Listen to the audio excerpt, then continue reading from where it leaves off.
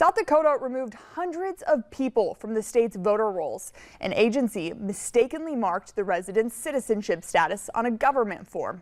The discovery was part of a review to ensure election integrity. Now, some groups, though, have called for the voters to be reinstated and blasted the removal as violating their National Voter Registration Act's deadline of 90 days before elections. Early voting began in South Dakota on September 20th.